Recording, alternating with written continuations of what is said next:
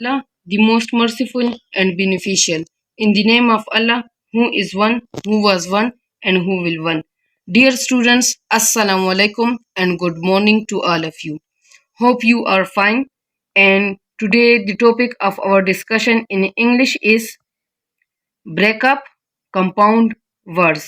अच्छा जी बच्चों, आज के टॉपिक में हमने क्या करना है कि मुरक्कब अल्फाज की हमने डिवीजन करनी है, उसको ब्रेकअप करना है। मतलब ये है कि उसको हमने सेपरेटली लिखना है, ठीक है। लेकिन टॉपिक को स्टार्ट करने से पहले मैं आपको कंपाउंड वर्ड पे समझाना चाहूंगी, ठीक है। अच्छा, कंपाउंड के हम ज्यादा मीनिंग ले सकते हैं, ठीक है। ये एक ऐसा वर्ड है जिसके ज्यादा मीनिंग हो सकते हैं, लेकिन ये कॉन्टेक्स्ट पे डिपेंड करता है। अच्छा, तो मुरक्कब, मिला हुआ, ठीक है, या इहाता, ये सारे इसकी मीनिंग से। अब चूंकि हमारा सब्जेक्ट इंग्लिश है, ठीक है, तो इंग्लिश में कंपाउंड वर्ड का मीनिंग क्या होगा? मुरक्कब अल्फाज। अच्छा जी, अगर हम साइंस की बात करें तो देखिए ये टर्म साइंस में भी इस्तेमाल होता है, ठीक है, लेकिन उधर डिफरेंटली इस्तेमाल होता है। कंपाउंड हम किसे कहते हैं साइंस में? वो प्रोसेस जिसमें एक से ज्यादा एलिमेंट्स कंबाइन होते हैं और एक न्यू चीज बनाते हैं, जिस तरह सोडियम है और क्लोरीन है, तो ये दोनों अलग अलग एलिमेंट्स हैं, ठीक है। लेकिन जब कंबाइन होते हैं तो कौन सा क्या बनाते हैं? NaCl कंपाउंड बनाते हैं, जो जिसे हम नमक कहते हैं, जो कि आम रूटीन में हम घरों में इस्तेमाल करते हैं, ठीक है। लेकिन अब हम इंग्लिश में डिफाइन उसको करेंगे कि कंपाउंड वर्ड्स इंग्लिश में क्या हैं, ठीक है। तो it is a single word formed by combining two or more distinct words, creating a new meaning and word. अच्छा जी, कंपाउंड वर्ड किसे कहते हैं? कंपाउंड वर्ड एक ऐसा प्रोसेस होता है, ठीक है, जिसमें हमारे पास क्या बनता है? एक न्यू वर्ड बनता है। लेकिन किसकी कॉम्बिनेशन से बनता है? कौन से प्रोसेस से बनता है? जिसमें एक से ज्यादा, दो से ज्यादा अल्फाज होते हैं, ठीक है, जिसके अलग अलग मतलब होते हैं। देखिए इधर मैंने क्या लिखा है? डिस्टिंक्ट वर्ड्स लिखा है, ठीक है। मीन्स टू से कि वो अल्फाज मुख्तलिफ होते हैं, हर एक लफ्ज का अलग अलग मीनिंग होता है, लेकिन वो जब कंबाइन हो जाते हैं, मिल जाते हैं आपस में, तो एक न्यू वर्ड बनाते हैं, ठीक है। जब न्यू वर्ड बनेगा तो जाहिर है उसका मतलब, उसका मीनिंग भी क्या होगा? चेंज होगा। तो इसे हम क्या कहते हैं? कंपाउंड वर्ड कहते हैं, ठीक है। स्टॉप। अब हम एग्जांपल्स पे आते हैं। Dear students, kindly focus on it. Notebook, ठीक है, तो देखिए नोटबुक कंपाउंड वर्ड है। इधर ये देखिए कंपाउंड वर्ड इससे बन गया। इंडिविजुअल वर्ड हैं, ये नोट अलग लफ्ज है, ठीक है, जिसका अलग मतलब है। नोट लिखना, ठीक है, पेरेंट को लिखना, टीचर पे लिखना, या कोई भी चीज नोट फॉर्म में जब हम उसको लेकर आते हैं, ठीक है। बुक किताब, सही है। तो देखें ये इंडिविजुअल वर्ड है, इसको हम क्या कहते हैं? इंडिविजुअल वर्ड कहते हैं, ठीक है। और ये भी क्या है? ये भी हमारे पास इंडिविजुअल। हमारे पास दूसरा वर्ड है, इसे भी हम इंडिविजुअल वर्ड कहते हैं, ठीक है। ये बन गया इससे एक वर्ड नोटबुक। कॉपी, ठीक है ना, जो कि हम स्टूडेंट लेवल पर ज्यादा इस्तेमाल करते हैं। अच्छा, दूसरी एग्जांपल क्या है? फादर, लफ्जी मतलब क्या है? अबू। इन प्रपोजिशन है हमारे पास, क्या मतलब है? में। ला का कानून, ठीक है। तो देखिए ये 3 वर्ड्स है हमारे पास, जिस तरह हमने डिफिनीशन में भी डिस्कस किया। 2 वर्ड्स भी हो सकते हैं, 2 से ज्यादा भी हो सकते हैं, ठीक है। तो कौन सा वर्ड बन गया? Compound word father in law बन गया, जिसका लफ्जी मतलब क्या है? ससुर, ठीक है। अच्छा जी, third one example, flower pot. Flower किसे कहते हैं? फूल को कहते हैं। पोट कोई भी बर्तन या गमला वगैरह, ठीक है। तो कौन सा वर्ड बन गया इससे? Flower pot. लफ्जी अभी मतलब इसका क्या है? फूलों का जो गमला होता है, ठीक है। तो ये देखिए बेटा, ये हमारे पास कंपाउंड वर्ड हैं, ठीक है, जो कि दो लफ्ज से भी मिलकर बन सकते हैं, दो अल्फाज से मिलकर भी बन सकते हैं और दो से ज्यादा अल्फाज से मिलकर बन सकते हैं, ठीक है ना। लेकिन जब कंपाउंड वर्ड इससे एक न्यू लफ्ज बनेगा तो वो उसका मीनिंग फिर क्या होगा, चेंज होगा उससे, ठीक है ना। जब अलग हम उसको लिखेंगे उसका मीनिंग एक तरह का होगा, लेकिन जब कंपाउंड वर्ड वो बनाएगा तो उसका मीनिंग 100% टोटली हमारे पास चेंज हो जाएगा, ठीक है। अच्छा जी, अब हम अपने टॉपिक की तरफ आते हैं, breaking up of compound words, कि अब हमने कंपाउंड वर्ड्स की ब्रेकिंग किस तरह करनी है, ठीक है, उसको स्प्लिट किस तरह करना है, उसको डिवाइड किस तरह करना है, उसको सेपरेटली हमने किस तरह लिखना है। अच्छा जी, breaking up compound words involves identifying the two or more individual words that have been joined together to create a new meaning. This process is called chunking or decoding. ठीक है, तो कंपाउंड वर्ड्स की ब्रेकडाउनिंग के लिए क्या जरूरी है कि हम ऐसे अल्फाज लेंगे, ठीक है ना, वो दो भी हो सकते हैं, वो दो से ज्यादा भी हो सकते हैं। क्या होगा, उसको जब हम ज्वाइन करेंगे आपस में, मिलाएंगे आपस में, ठीक है ना, ये नहीं कि कालम अलिफ और कालम बी के साथ हमने मिला लिया, ठीक है, मतलब ये है कंबाइन करेंगे, उसको हम एक सीक्वेंस में लिखेंगे तो वो क्या बनाएगा, एक न्यू मीनिंग हमें देगा, एक न्यू वर्ड वो बनाएगा, ठीक है ना। और ऐसे प्रोसेस को बेटा हम क्या कहते हैं, चंकिंग कहते हैं या हम डिकोडिंग कहते हैं, ठीक है बेटा।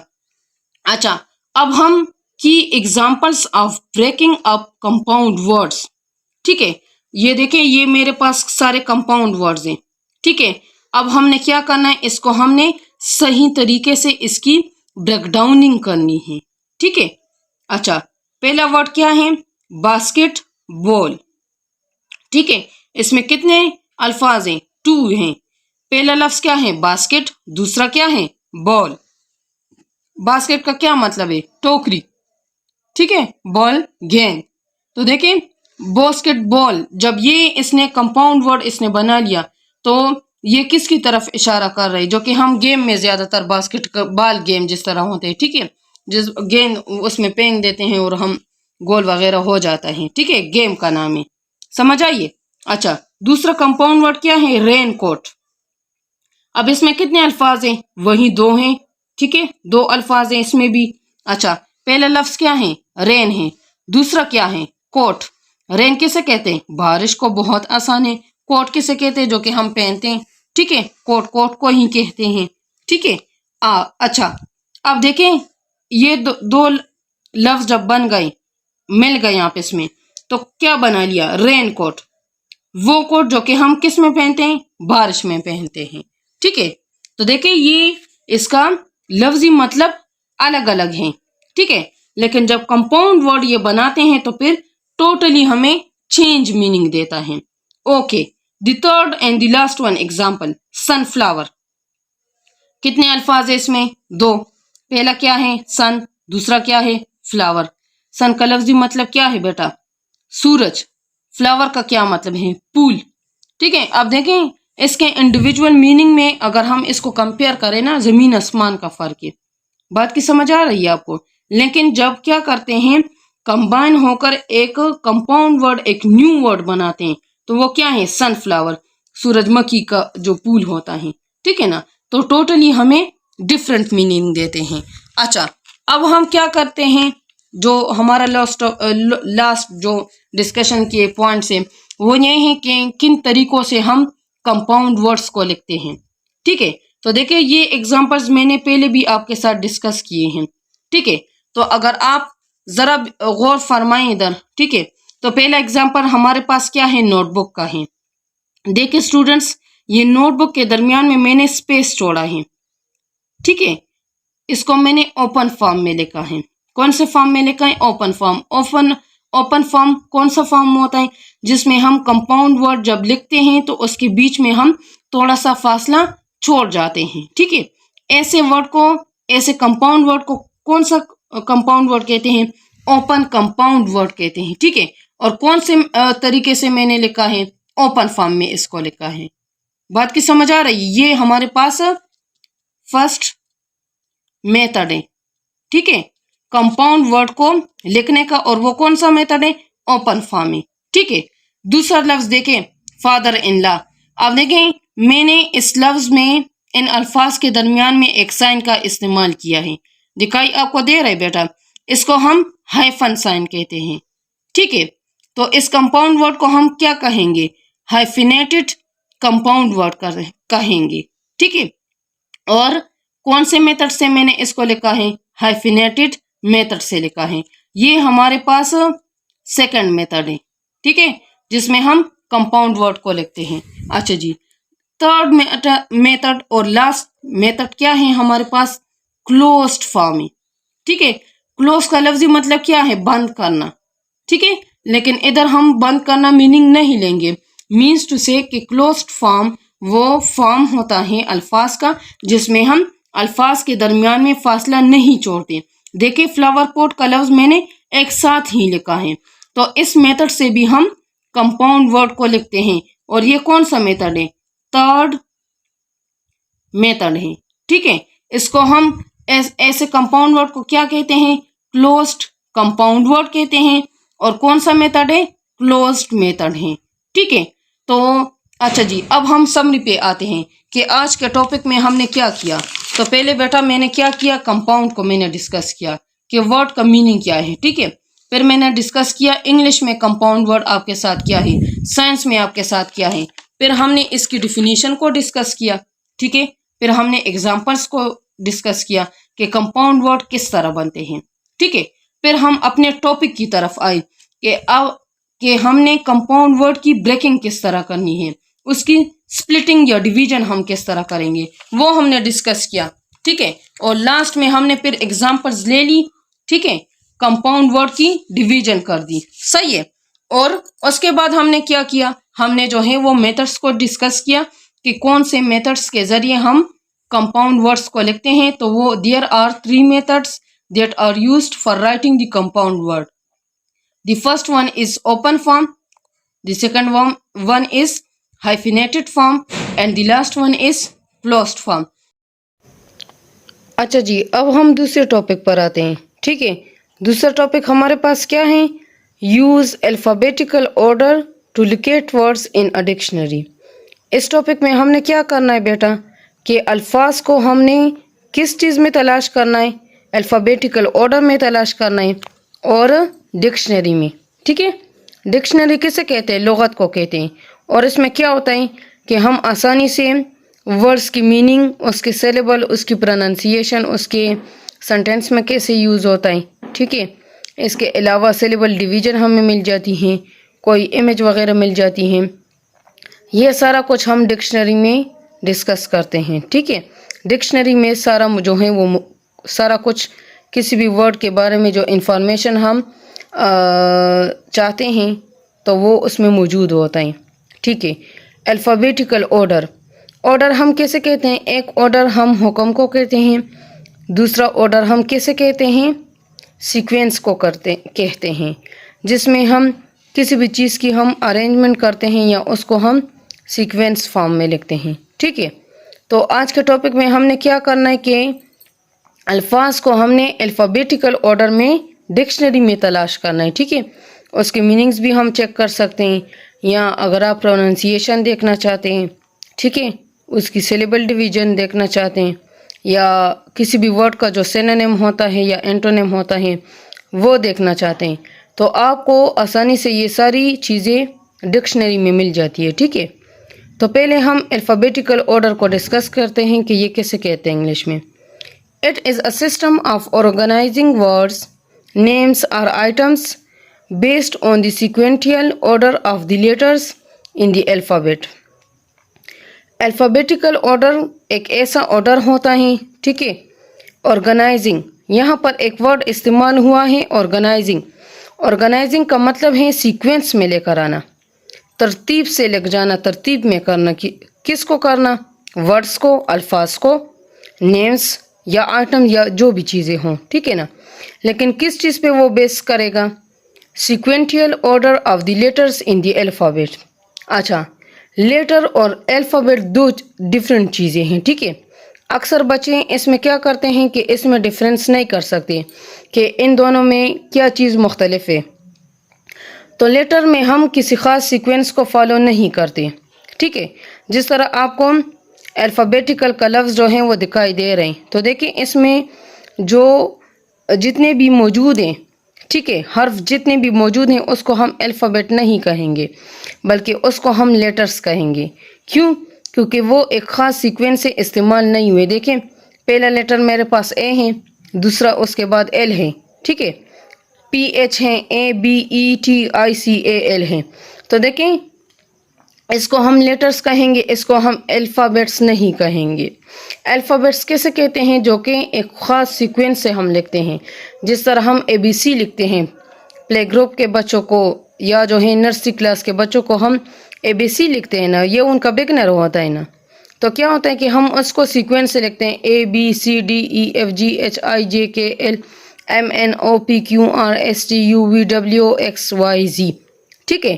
तो ए से लेकर जेड तक जो होगा सीक्वेंस होगी, ठीक है, उसको हम अल्फ़ाबेट्स कहते हैं। और जो बग़ैर सीक्वेंस के होते हैं उसको हम लेटर्स कहते हैं, ठीक है। फॉर एग्ज़ाम्पल अगर मैं वर्ड को डिफ़ाइन करूं कि वर्ड किसे कहते हैं, लफ्ज़ किसे कहते हैं, ठीक है, उर्दू में हम इसको लफ्ज़ बोलते हैं ना। तो हम कहेंगे a group of letters that gives us a complete sense and meaning. For example एक लफ्ज़ इधर मौजूद है मेरे पास यूज़ का, तो देखें यू है, उसके बाद एस है और फिर ई है। होना तो चाहिए था कि ई पहले आता अगर हम अल्फ़ाबेटिकल ऑर्डर को डिस्कस करते ना, लेकिन ये देखें एक ख़ास सीक्वेंस को फॉलो नहीं कर रहा है, इस वजह से हम इसे लेटर्स कहते हैं, ठीक है। इसको हम अल्फ़ाबेट्स यहाँ पे नहीं कहेंगे। तो अल्फ़ाबेटिकल ऑर्डर कैसे कहते हैं? ये किसी भी नेम्स की सीक्वेंस होती हैं, ठीक है, आइटम्स की हो सकती हैं, सही है। फॉर एग्ज़ाम्पल मैं एक बच्ची से कहती हूँ कि बेटा आपको इस क्लासरूम में जितनी भी चीज़ें नज़र आ रही है उसको अल्फ़ाबेटिकल ऑर्डर में लिखें, ठीक है। फॉर एग्ज़ाम्पल ये क्लासरूम है तो ये सी से हो गया। फिर अगर ए बी वाले अल्फाज नहीं है, ठीक है, चीज़ें नहीं है, तो वो ज़ाहिर है उसने फिर डी पे जाना है, ठीक है, सीक्वेंस वो सेट करेगी ना। तो अल्फ़ाबेटिकल ऑर्डर कौन सा ऑर्डर होते हैं जिसमें हम आइटम्स को, नेम्स को या वर्ड्स को तरतीब देते हैं, ठीक है। देखें इधर लिखा हुआ है ए से लेकर जेड तक, समझ आइए ना। तो अगर आपको पता हो तो डिक्शनरी जब भी हम खोलते हैं तो उसमें अल्फाज की जो तरतीब होती हैं वो बिल्कुल सीक्वेंस से होती हैं, ठीक है। एक तरतीब के साथ हमने अल्फाज को लिखा होता है। ये नहीं है तो कि पहले बी का कॉलम हो, ठीक है, बी से अल्फाज शुरू होते हैं वो जो मुश्किल अल्फाज है, फिर जेड के हों, फिर एस के हों, फिर एम के हों और लास्ट में आपके साथ ए के हों, ठीक है। ऐसी डिक्शनरी आपको कहीं पर भी नहीं मिलेंगी कि उसमें अल्फाज की जो अरेंजमेंट होती हैं वो गलत होती हैं, गलत सीक्वेंस से वो करते हैं, ठीक है, कि एक अल्फ़ाबेट को पहले लेकर आ जाते हैं और दूसरे को लास्ट में लेकर आ जाते हैं। उसको फिर हम अल्फ़ाबेटिकल ऑर्डर नहीं कहेंगे, ठीक है। अल्फ़ाबेटिकल ऑर्डर का मतलब ही यही होता है कि हमने क्या करना है, अल्फाज को अल्फ़ाबेटिकल ऑर्डर में वो करना है, ठीक है। और अभी चूंकि हम डिक्शनरी का इस्तेमाल कर रहे हैं तो हम अल्फ़ाबेटिकल ऑर्डर फॉलो करेंगे, ठीक है। इसकी एग्जांपल्स हमारे पास क्या हैं, देखें।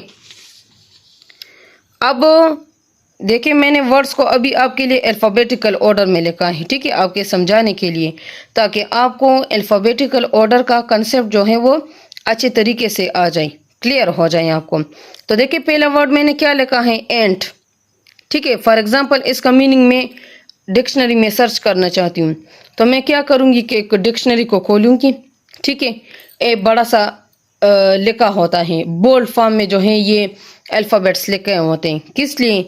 इसलिए ताकि हमें जो है वो नज़र आए कि अभी जो है कौन से अल्फाज का जो है वो कॉलम आपके साथ स्टार्ट हो रहा है, ठीक है बेटा। तो देखें ये एंट मैंने कलर्स जो है मैं तलाश कर रही हूँ, सही है। तो मैंने ए का कॉलम वो सर्च करना होगा, ठीक है। ए के कॉलम में मैं चेक करूँगी कि मुझे एंड का वर्ड मिलता है कि नहीं मिलता। इन केस मुझे नहीं मिलता तो देखिए फिर इसके बाद हम सेकंड लेटर पे जाएंगे, ठीक है। ए एन वाले कॉलम में जाएंगे तो उधर मुझे एंड का लफ्ज़ मिल जाएगा और उसका मीनिंग क्या है, चुनटी है। ठीक है, फिर ए के बाद क्या कौन सा अल्फ़ाबेट आपके साथ आता है, बी आता है। तो देखिए मैंने कौन सा लफ्ज़ लिखा है, ब्रिलियंट का लफ्ज़ लिखा है। ठीक है, BRILLIENT, ब्रिलियंट। अच्छा, अब इसका मीनिंग किस तरह मैं सर्च करूंगी कि मैं बी का कॉलम ओपन करूंगी। सही है, मैंने बी का कॉलम जो है वो ओपन कर लिया। अच्छा, अब देखें फिर हम अगर बी के कॉलम में हमें इसका मीनिंग नहीं मिलता इन केस, तो फिर हम सेकंड लेटर पे जाएंगे और सेकंड लेटर हमारे पास BR है। सही है, BR है, तो उधर मुझे आसानी से इसका ब्रिलियंट का मीनिंग मिल जाएगा। और क्या मीनिंग है इसका, बेहतरीन। थर्ड वन लफ्ज़ मैंने कैरेट लिखा है जो कि नहायत आसान है, लेकिन आपके समझाने के लिए मैंने लिखा है ताकि आपको अल्फ़ाबेटिकल ऑर्डर का कॉन्सेप्ट क्लियर हो जाए। दूसरी बात यह है कि अगर हम डिक्शनरी का इस्तेमाल करते हैं, ठीक है ना, तो अल्फ़ाबेटिकल ऑर्डर में हमने किस तरह वर्ड्स को तलाश करना है, मीन्स टू से कि हर एक के बाद हमने दूसरे अल्फ़ाबेट को फॉलो करना है। यह नहीं है कि पहले मैंने ए में वर्ड को सर्च कर लिया, एक लफ्ज़ मेरे साथ था, ठीक है, फिर मैं जेड पे गई हूँ, फिर मैं जो है एम पे आ गई हूँ, फिर मैं जो है वो बी पे आ गई हूँ, फिर मैं दोबारा से जो है वो वाई पे आ गई हूँ। तो ये सीक्वेंस, इसको हम अल्फ़ाबेटिकल ऑर्डर सीक्वेंस नहीं कहेंगे। ठीक है, बिल्कुल हमने तरतीब के साथ इधर जाना होगा। अच्छा, कैरेट का लफ्ज़ है, सी कॉलम पर जाएंगे। ठीक है, उधर हमें कैरेट का मीनिंग जो है वो मिल जाएगा। ठीक है, अगर सी कॉलम में एग्जैक्ट नहीं होगा तो फिर देखें सेकंड लेटर को हमने वो करना है, कंसिडर करना है। CA है, CA वाले कॉमन कॉलम में जाऊंगी मैं, मुझे आसानी से इसका मीनिंग मिल जाएगा। ठीक है, तो कैरेट का क्या मीनिंग है, निहायत आसान, गाजर। ठीक है, अब इस तरह आते जाएं, इसका मतलब ये है सो ऑन, जेड तक आए।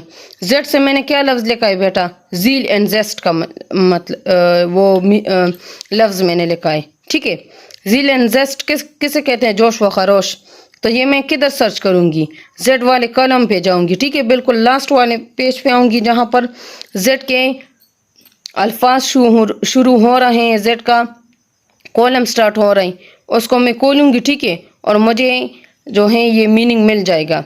अगर इन केस जेड वाले पहले पेज पे मुझे इसका मीनिंग नहीं मिलता, उसके बाद हमने क्या करना है कि दूसरा लेटर को उसको कंसिडर करना है, ई है फिर।